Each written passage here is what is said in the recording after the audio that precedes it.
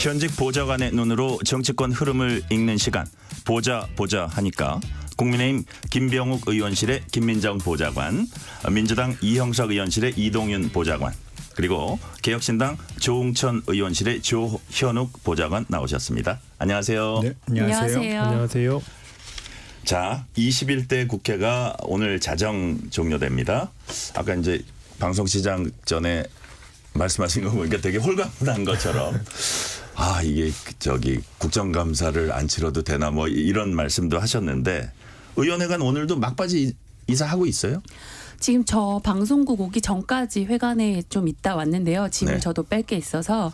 근데 지금 이사하느라고 아주 진짜 회관이 아주 후끈하더라고요. 왜냐하면 다들 그 땀이 막 날 정도로 덥잖아요. 그래서 네네. 지금 뭐 복도가 이제 나가는 의원실, 그다음 들어오는 당선인실 이제 이삿짐으로 사실 가득 차 있습니다. 네네. 자, 김진표 국회의장, 제가 아까 뭐 일정표를 보니까 오후 5시에 시작되는 걸로 돼 있더라고요. 예, 퇴임식이. 그래서 예정대로 됐다면 이제 퇴임식 막 시작된 것 같고요. 국회의장단 의원들도 의정 활동 사실상 마무리했다고 봐도 되는데요. 마무리하고 있습니다. 세 분 보좌관님들 21대 국회 마치는 소회가 있을 것 같아요. 먼저 이동윤 보좌관님부터 한번 말씀해 주세요. 저는 21대 국회가 모르겠습니다. 제가 국회 생활을 하면서 가장 치열하고 재미있고 좋았던 시기라고 생각을 하거든요. 네. 그래서 뭐 열심히 일했고 물론 여당이었다가 야당이라 중간에 바뀌기도 했지만 모셨던 의원님이 워낙 좋으셔가지고 재미있게 일도 했고 같이 일했던 보좌진 직원들도 다 좋은 친구들이어서 좋았고 네. 또 하나 의미 있다면 민주당 보좌진 협의회 회장을 하면서 네네. 보좌진들 처우 개선이라든지 그리고 보좌진으로서 정치적 현안에 대해서 목소리를 내는 역할을 하면서 조금 더 의미 있고 재미있게 했던 그런 국회가 아니었나 그렇게 기억에 남을 것 같습니다. 조현욱 보좌관님. 그러면 저는 잘 아시겠지만 민주당에서 계속 하다가 저희가 이제 탈당 그다음에 뭐 제3지대 통합 과정들 그리고 개혁신당까지 와가지고 여기까지 이제 이르게 됐어요. 그러니까 지난 21대 국회 동안에 뭔가 많이 좀 바꿔보고 싶었는데 얼마나 바꿨는지는 사실 잘 모르겠어요. 그러니까 뭐 결과 총평을 해보면은 결론은 사실은 좀 실패한 그 시도들이었었는데 그래도 뭐 의미는 있었다고 저는 생각을 합니다. 22대 국회 많이 기대하고 있습니다. 네, 김민정 보좌관님. 네, 저도 지난 4년은 아마 지금 여기 저희 나온 보좌관님들 다 보좌진 협의회 회장을 또 했던 그런 그 21대였기 때문에 그 어떤 때보다 좀 드라마틱했고요.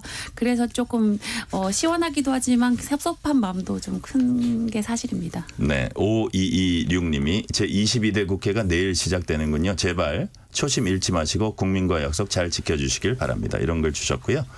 자, 그럼 우리가 그동안 뭐 예를 들어서 어떤 무슨 국회다 이렇게 명칭을 붙이는 거 있잖아요. 예를 들어서 법안 처리를 저조하면 뭐 식물 국회다. 뭐 여야 대치 심각하면 뭐 동물 국회라는 얘기도 있고 21대 국회란 과연 어떤 거였는지 우리 이 보좌관님 어떤 국회였습니까? 명칭을 한다면. 저는 개인적으로 조금 애매한 국회였다. 국회 21대 국회 기간 동안에 정부가 여야가 바뀌었거든요. 그래서 저희가 이제 여당이었을 때 추진했던 정책과 방향성에 대한 것들이 중간에 바뀌게 됐고 정부 국정기조가 바뀌니까 그런 것들에 있어서는 좀 저희가 막혔고 중간에 멈출 수밖에 없는 상황이었고 또 야당이 돼서도 현 정부와 그 각을 세우면서 현 정부 국정기조에 대해서 저희 쪽 목소리를 계속 내는 측면에서 뭐 여당도 답답했겠지만 저희도 국회에서 보기에는 좀 답답한 측면이 있었고 그래서 계속 국가나 국민을 위해서 해야 될 것들이 국회 역할들이 있는데 그 부분에 대해서 조금 정부가 바뀌고 국회가 정리가 안 되면서 조금 애매하게 지금의 결과로 이렇게 정리되지 않았나 그런 측면에서 보면 조금 애매했던 국회다. 그래서 좀 아쉬움이 많이 남는다. 그렇게 말씀드려야 될 것 같습니다. 조현욱 보좌관님 어떻게 보셨어요? 그러니까 21대 국회 여러 가지 이제 상징적인 사건들이 있는데 저는 가장 중요하게 본 거는 법안의 단독 처리 그리고 이어지는 대통령의 제2요구권 이제 거부권이라고 하는데 이것이 이제 정해진 공식처럼 회로가 돼가지고 돌아가고 있는 국회가 돼버렸잖아요. 21대 국회. 그리고 이 21대 국회가 22대 국회까지도 계속 연장은 되는 상황인데 정리하자면 그러니까 예전과 같은 타협이나 조정 이런 것들은 아예 없어진 양극단 정치, 그다음에 무한대결 국회 이런 정도로 정리될 수 있을 것 같아요. 김민정 보좌관님 어떻게 보세요? 좀 진부한 이야기긴 한데 방탄 국회죠. 그러니까 이게 국회가 국민을 위해서 일해야 되는데 이게 그 어떤 여야를 할 거 없이 특정 정치인이나 뭐 어떤 정치 집단 또는 이제 정당을 위한 보호하기 위한 수단으로 전락한 얘가 뭐 이제 탄핵안 같은 것도 많이 발의가 되고 또 이제 무슨 불체포 특권 같은 것도 여러 번에 이제 막 상정이 되고 했잖아요. 네. 그래서 이제 방탄 국회. 라고 저는 표현을 해봤습니다. 국민을 위한 국회가 돼야 되는데 국민을 위한 특정 정치 방탄은 집단이나 좋죠. 네. 특정 정치인을 위한 네. 국회다. 그렇게 보셨군요. 자, 현안 한두 가지만 좀 할게요. 어저께 해병대용 특검 법안 재표결이 있었습니다. 그 표결 결과 어떻게 보셨어요? 그 어떻게 평가하십니까? 우리 김 보좌관님부터 먼저. 저는 이게 표결하기 전에 이렇게 여러 가지 또 무슨 정치 평론하시는 분들 얘기를 들어보면 샤이 반대가 있을 거다라고 얘기하시는 분이 좀 소수가 있었어요. 그래서 그럴 수도 있겠다라는 생각을 했는데 지금 오늘 이제 표결 이후에 나온 오늘 아침에 조간에 이제 보면은 이제 중앙하고 동하고 조금 다르긴 한데 이쪽은 이제 여당에서 이제 국민의힘에서 나 찬성하겠다 하신 분들이 한 것 같다. 근데 아마 중앙은 기조가 샤이 이제 반대표가 있었다라고 하는데 사실 무기명 투표기 때문에 뭐가 진실인지는 알 수 없으나 제가 이게 샤이 반대표든 아니면 기존에 내가 이제 여당 의원 중에서 찬성하겠다라고 의견을 내신 분이든 이게 지금 이런 결과가 나온 거는 일단은 이제 부결은 이제 거의 다 예상을 했지만 네. 이게 지금 이 특검법에 대한 어떤 취지라든가 이 법에 대한 어떤 생각은 어쩔지 몰라도 일단 이게 지금 이재명 대표라든가 그 민주당의 강성 지도부를 중심으로 막 너무 단일 대우로 이렇게 몰아붙이는 거에 대해서는 아마 야권이든 여권이든 거기에 대해서 좀 반감이 있지 않았을까. 그래서 사실은 지금 뭐 표 계산을 막 여러 가지로 해보잖아요. 근데 사실 정답은 이제 없고 모르는데 약간 그 박주민 의원이 막 설득을 하러 다니는 것도 약간 그게 역효과가 있지 않았나 그런 생각을 좀 해봤어요. 네. 네. 저 조현욱 보좌관님은 어떻게 보세요? 뭐 예상과 별로 다르지 않아요. 그러니까 아까 제가 이제 21대 국회 평가를 했지만은 뭐 특히 이제 최성병 사건에 관련해 가지고는 뭔가 반대의 결과가 나올 수 있다는 희망들은 가졌지만은 사실 21대 국회는 항상 희망은 없었어요. 예상된 결과.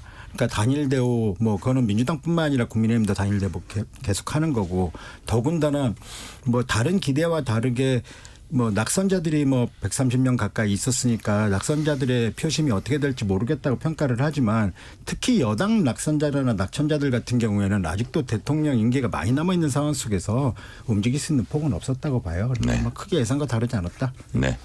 이동인 보좌관님은 어떻게 보셨어요? 같은 생각인데 결국은 뭐 제가 저희 지난주에 말씀한 게 17표 가지고 이제 왔다 갔다 하는 거였는데 생각보다 기대했던 것보다는 찬성표가 적게 나왔고 여야가 서로 표 단속을 잘했다. 그렇게 판단해야 될 것 같아요. 사실은 이렇게 숫자가 명확하게 나와 있지만 이게 진실은 알 수 없는 거니까요. 어쨌든 무효표가 4표 중에 3표가 나왔지만 4표 중에 무효표 4표 중에 3표가 뭐 찬성을 표에 찍었다가 무효가 된 것들이거든요. 네. 그런 측면에서 보면 아무래도 저 여당 쪽에서 조금 찬성 쪽으로 돌아오는 표들도 있었다. 어느 정도 조금은.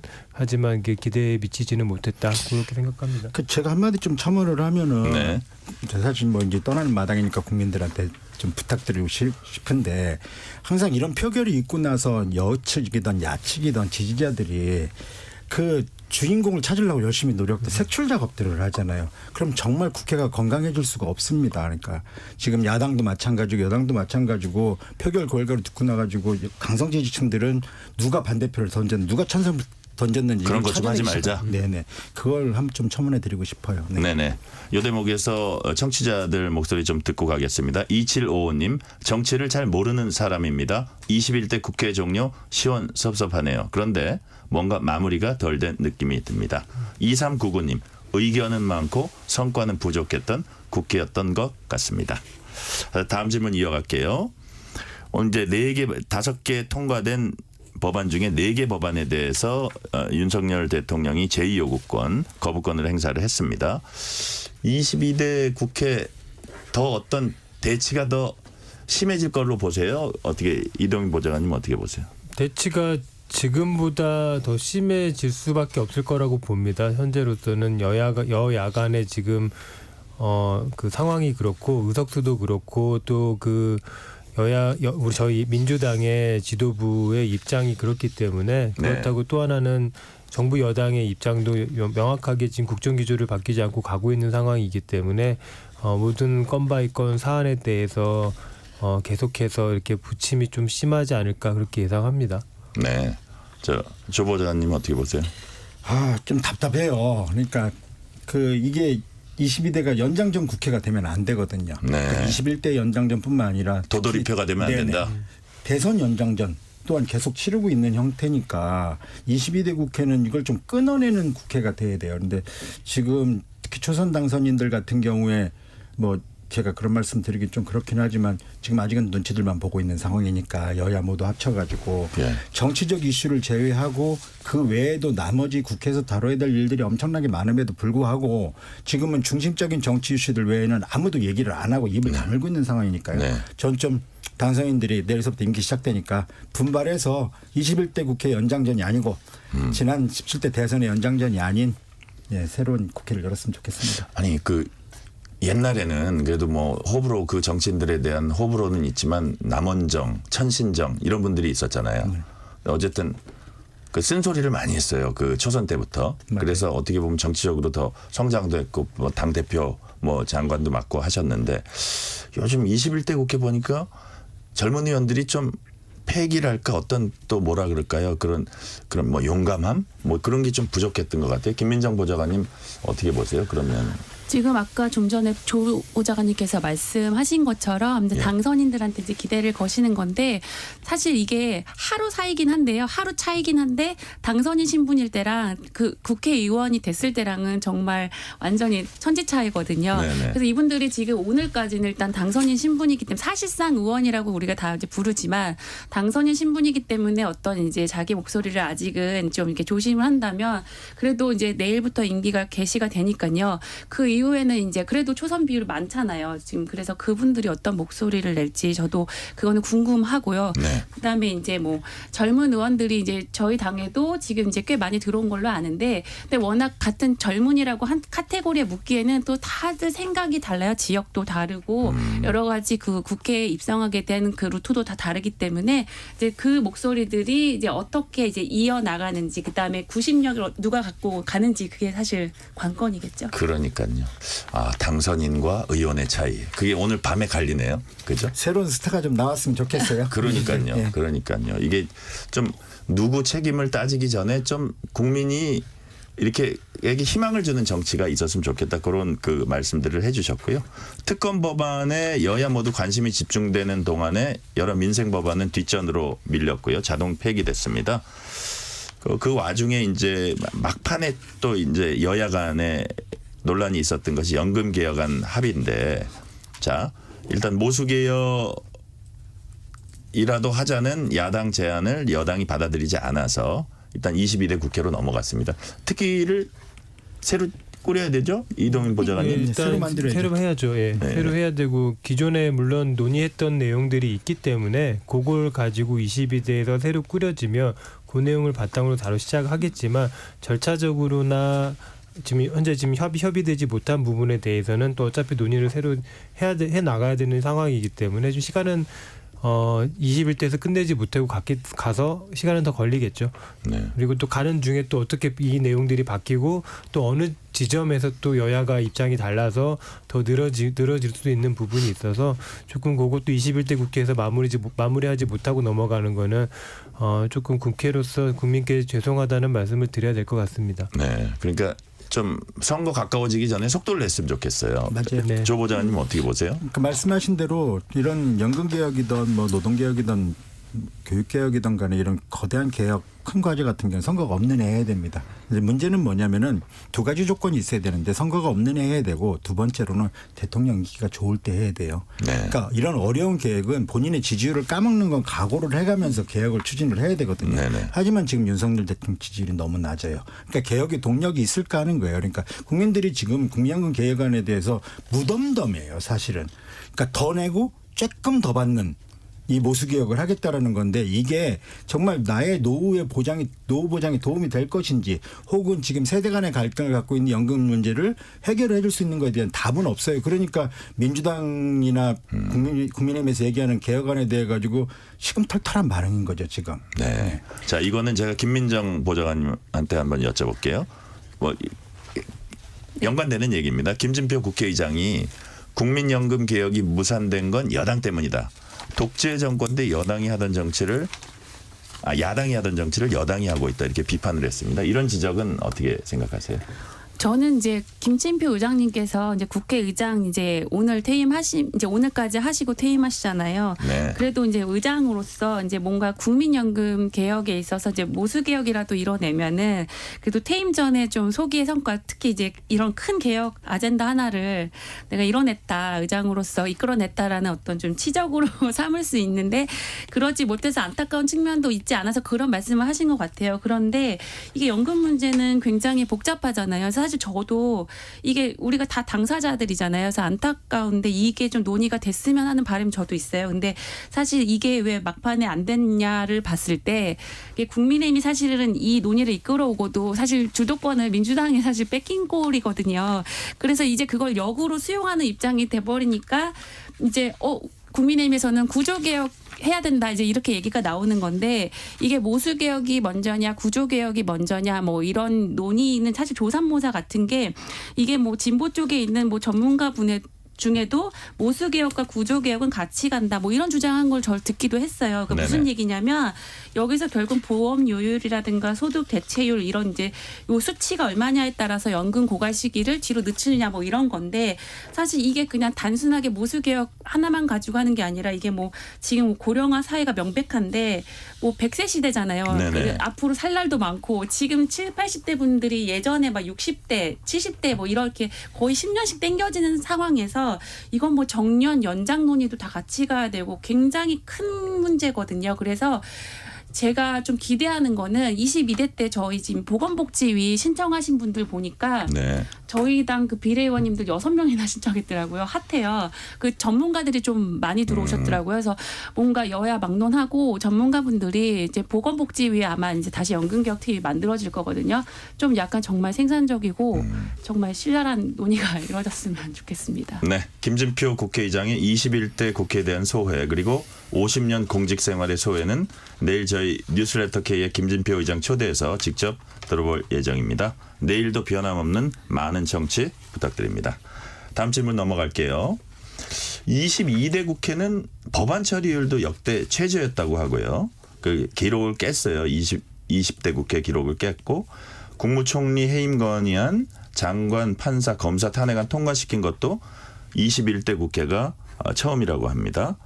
그래서 이런 것들 뭐 법안 처리율은 뭐 말할 것도 없지만 어떤 그 장관, 판사, 검사 탄핵안 통과시키고 국무총리 해임 건의하고 이게 헌법이 보장한 권한을 적극 활용했다라고 보는 시각도 있고 뭐 탄핵 소추나 이런 권한을 남용한 거 아니냐 정략적 이용에 치우쳤다 이런 그 시각도 있는데 일단 조현우 보좌관님은 어떻게 보세요? 일단 저는 뭐 상권 분립 얘기를 먼저 해야 될 것 같고, 네네.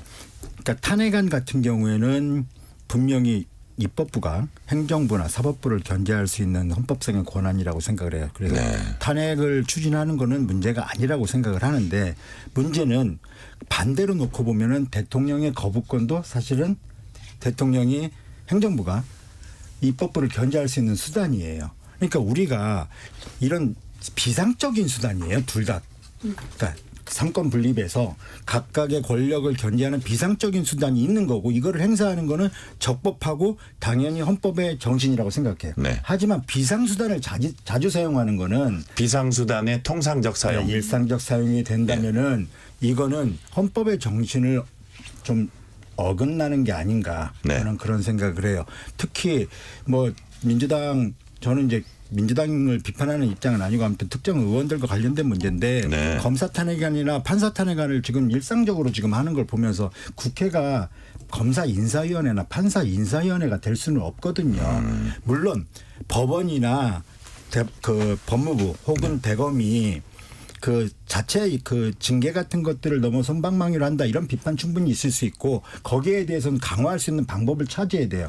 하지만 그게 내부에서 징계가 잘 안 이루어진다고 국회가 인사위원회 역할을 하겠다고 나서는 거는 이건 비상수단들을 너무 일상화시켜가지고 네. 형해화되는 그런 결과 나올 수밖에 없다고 생각해요. 여기에 대해서는 저 이동인 보좌관님 어떻게 생각하세요? 저도 같은 비슷한 생각인데요. 뭐 이게 결과적으로 법안 처리율 낮은 것도 마찬가지고 저희가 이제 일은 안 한 건 아니고 법안에 관련된 것들을 많이 논의하고 했지만 결국엔 합의에 이르지 못해서 통과가 안 된 것들이거든요. 그런 측면에서 보면은 그만큼 여야가 협의에 이르지 못할 수밖에 없는 상황들이 있었던 거고 또 정치적으로 정무적으로 그간의 대치가 있었던 거라고 판단이 되고요. 그런 측면에서는 결국은 실무적으로 법안 처리나 검토에 대한 것들을 하는 거는 또한 별개로 정무적으로도 여야 간에 좀 합리적인 대안들을 마련하고 논의해야 되는 필요성이 있다라고 보고 탄핵하고 거부권 같은 것도 마찬가지죠. 이게 그 비상시에 이제 쓸 수 있는 수단이고 서로를 견제하기 위해서 이제 헌법에 명시된 수단이긴 하지만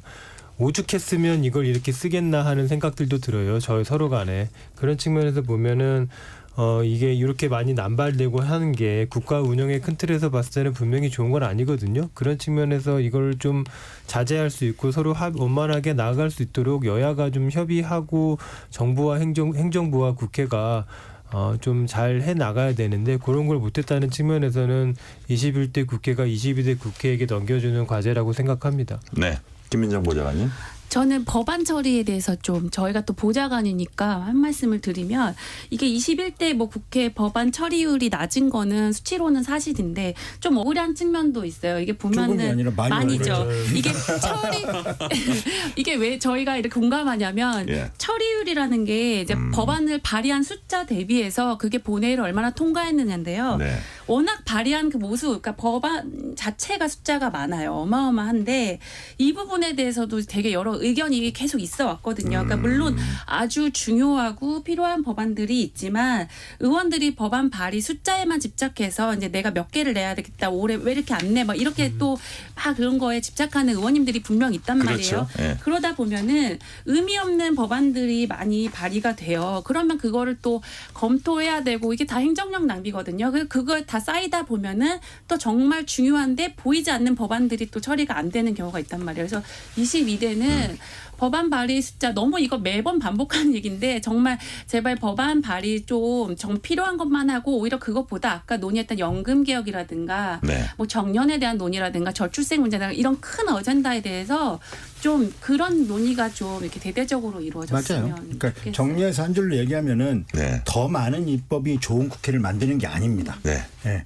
오히려 지금은 저도 이제 상임위 여러 군데 해보고 법안을 많이 다뤄봤지만 웬만한 중요한 법들은 다 정리가 잘 돼 있어요. 이제 고칠 것들이 이렇게 많지 않습니다. 네네. 국회가 고민해야 될 게 이제 자질자질한 법을 고치거나 혹은 행정부한테 넘어가 있는 것들을 가져와 가지고 특히 행정법 논란이 있으면 국회가 행정부에서 해야 될 것까지도 막 법을 막 만들거든요. 그러니까 지금 많은 입법으로 평가를 받는 거는 억울하기도 하고 좋은 방향도 아니다. 네. 라고 말씀드리고 싶어요. 자, 22대 국회 유망주 한 명 뽑는다면 누굴까요? 김민정 보좌관님.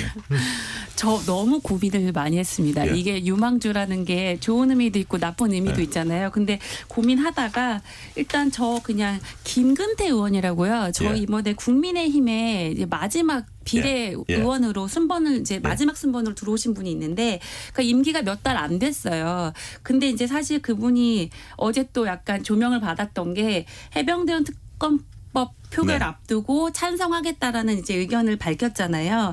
그래서 뭐 이게 무기명 투표기 때문에 실제 그분이 정말 찬성을 했는지 반대를 했는지는 알 수 없어도 어쨌든 90년대생 초선 의원으로서 또 끝번 비례 의원으로서 좀 이름을 좀 임팩트 있게 좀 어떤 그런 공개적인 발언을 네. 했다. 근데 이제 제가 이분하고 좀 개별적으로 얘기를 할 기회가 있었는데 네. 이제 뭐 하실 거냐고 임기가 이제 끝났잖아요. 오늘로 끝나니까 뭐 하실 거냐고 물어보니까 자기 이제 현실 돌아가서 되게 일할 거라고 하더라고요. 그러니까 어떤 보통 이렇게 들어오면은 그러니까 정치권에 좀 이렇게 다닐 수도 있는데 네. 나는 좀 현업에 충실하고 좀 배우겠다라고 하시더라고요. 그래서 좀 앞으로 나이가 아직 어리시니까 앞으로 좀 장래가 기대가 되더라고요. 네. 우리 이동인 보좌관님은 저도 되게 고민했는데 저희 이제 보좌진이니까 저희 보좌진 출신으로 지자체장도 했던 분도 있고 그다음에 정부 행정부에서 일했던 분들도 계시는데 저는 2명 말씀드리면 그 보좌진 출신으로 청와대에 있다가 국방부 했었던 부승찬 네. 당선인 그리고 국회 보좌진 출신이고 여기 영등포 구청장 했고 좀 다 이번에 당선했던 최현일 구청장 네. 국회 보좌진으로 역할을 해봤기 때문에 좀 더 잘하고 하지 않을까 그렇게 생각합니다. 네네. 조 보좌관님은 저는 유망주는 잘 모르겠고 궁금한 사람은 한 명 있어요. 누구예요? 그게 초선 중에서 가장 유명한 이준석 의원입니다. 예. 그러니까 보통 외부에서 정치적으로 굉장히 그 영향을 많이 미치다가 실제 의원이 돼가지고 의정 활동은 영 달라지는 경우들도 있거든요. 네네. 그래서 몹시 궁금해요. 이준석 의원의 의정 활동이. 네네. 자, 사실 시간이 다 되긴 했는데 아주 짧게 지금 사실 오늘 이 코너가 마지막이시잖아요. 네네. 그래서 청취자 여러분들한테 딱 한 말씀씩만 해주시면 김민정 보좌관님. 우선 저희가 오늘이 딱 저희 마지막 날이거든요. 저희도 그 보좌진의 임기가. 근데 그 마지막 날에 또 이 보자 하니까 또 이렇게 그걸 하면서 이제 이런 얘기를 할 수 있어서 좀 약간 좀 영광이면서도 좀 약간 이렇게 약간 네, 기운이 드는데 하여튼 감사했습니다. 그동안. 네. 이 보좌관님은요? 저는 국민들께서 국회를 바라볼 때 맨날 싸우는 곳이다. 그런 공간이라고만 지금 비판적으로 보시는데 국회가 왜 싸우고 있고 무엇 때문에 싸우고 있고 쟤네가 저래서 우리한테 뭐가 달라지는가에 대한 것들을 한 번도 좀 생각해 주셨으면 좋겠어요. 결국은 국민을 위해서 일하는 국회니까요. 네네. 자, 조현욱 보좌관님. 뭐 저 짧게 말씀드리겠습니다. 아무튼 몇 달 하면서 굉장히 즐거웠고 영광이었습니다. 네, 다시 또 뵙겠습니다. 네. 보자 하니까 코너 시즌 1은 여기서 마무리됩니다. 22대 국회가 본격적으로 시작되면 보자 하니까 시즌2로 다시 돌아올 예정이고요. 다음 주엔 22대 국회 개원 특집으로 여야 대변인단의 본격 현안 토크가 이어집니다. 많은 기대 부탁드립니다. 국민의힘 김병욱 의원실의 김민정 보좌관, 민주당 이형석 의원실의 이동윤 보좌관, 개혁신당 조현욱 보좌관님 그동안 수고 많았습니다. 감사합니다. 감사합니다. 교통정보센터 공인혜 리포터 나와주세요.